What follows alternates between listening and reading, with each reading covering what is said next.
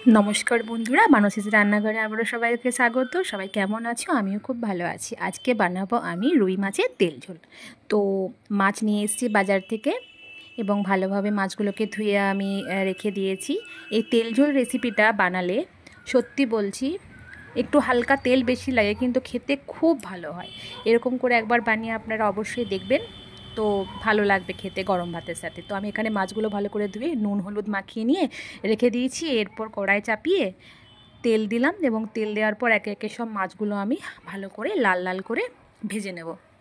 এবং দেখুন, একটা পিঠ ওপরে উল্টে দিলাম, তারপর আবার আরেকটা পিঠ ভালো করে লাল লাল করে ভেজে নিয়ে আমি সব মাছগুলো এরকম প্রসেসে ভেজে নিয়ে তুলে নিলাম। এরপর আবারও যে মাছ ছিল কটা বেঁচে, ওগুলো সব ভেজে নিলাম অমনিভাবে। এরপর আমি ওই কড়াইয়ের মধ্যে আর একটু এখন কোনো তেল অ্যাড করিনি, ওই তেলের মধ্যে আমি পেঁয়াজ কুচি দিলাম, পাঁচফোড়ন দিয়েছি, এরপর টমেটো পেস্ট যেটা করে রেখেছি ওটা দিয়ে দিলাম এবং দেওয়ার পর 2 থেকে 3 মিনিট মিডিয়াম আঁচে ভালো করে ভেজে নেব। এবং আদা লঙ্কা এখানে পেস্ট করে রেখেছি ওটাও দিয়ে দিলাম ওটার সাথে, এবং ভালো করে ওটাও নেড়ে নিলাম এবং ভাজা ভাজা করে নিলাম। ভাজা ভাজা করলে যে কাঁচা কাঁচা গন্ধগুলো মশলা থাকে সেগুলো বেরিয়ে যাবে। এরপর আমি এখানে ঘরোয়া সব মশলা অ্যাড করব, যেমন 1 চামচ হলুদ, 1 চামচ লঙ্কা গুঁড়ো, 1 চামচ জিরে গুঁড়ো, 1 থেকে 1.5 চামচের মতো নুন এবং একটু হালকা মিষ্টি। এটা কম্পালসারি নয়, দিতেও পারেন নাও পারেন। যেহেতু আমি সব রান্নায় একটু স্বাদ আর একটু রঙের জন্য দিই, তাই আপনারা চাইলে দিতেও পারেন চিনি, নাও পারেন। তো এগুলো সব দেওয়ার পর আমি একটু মতন জল দিয়ে নিয়ে ভালো করে নেড়ে নেব। যেহেতু মশলাটা এখানে খুব ড্রাই হয়ে গেছিলো আর লেগে যাওয়ার চান্স ছিল, তার জন্য আমি একটু জল দিয়ে ভালো করে এখানে 5 মিনিটের মতন একদম মিডিয়াম আঁচে ভালো করে কষে নিলাম। এবং দেখুন, এখানে ঝোলটা যাতে থকথকে হয়, মানে যাতে পাতলা পাতলা না হয়ে যায়, তার জন্য একটা আলু, মানে সেদ্ধ করা আলু আমি হাতে করে এরকম ম্যাশ করে নিয়ে দিয়ে দিলাম। এতে গ্রেভিটা খুব ভালো হবে। আপনারা চাইলে এরকম করেও দিতে পারেন।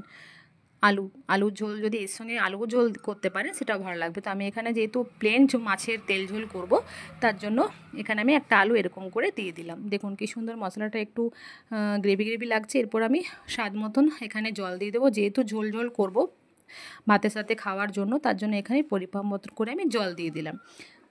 জল দেওয়ার পর এখানে আমি একটু ফুটতে দেব ভালো করে, এবং বেশি না 5 থেকে 7 মিনিটের মতন এখানে ফুটতে দেবো। এখানে আমি উপর থেকে কাঁচা লঙ্কা আর ধনেপাতা কুচি দিয়ে নিলাম। দেখুন একটু ফুটতে দিলাম। এরপর যে ভাজা মাছগুলো আমি রেখেছিলাম সেগুলো এখানে এক এক করে আস্তে আস্তে সব দিয়ে দেবো। তারপর ওখানে 5 মিনিট ভালো করে ফুটতে দেওয়ার পর গরম মশলা দিয়ে আমি এটাকে নামিয়ে দেব।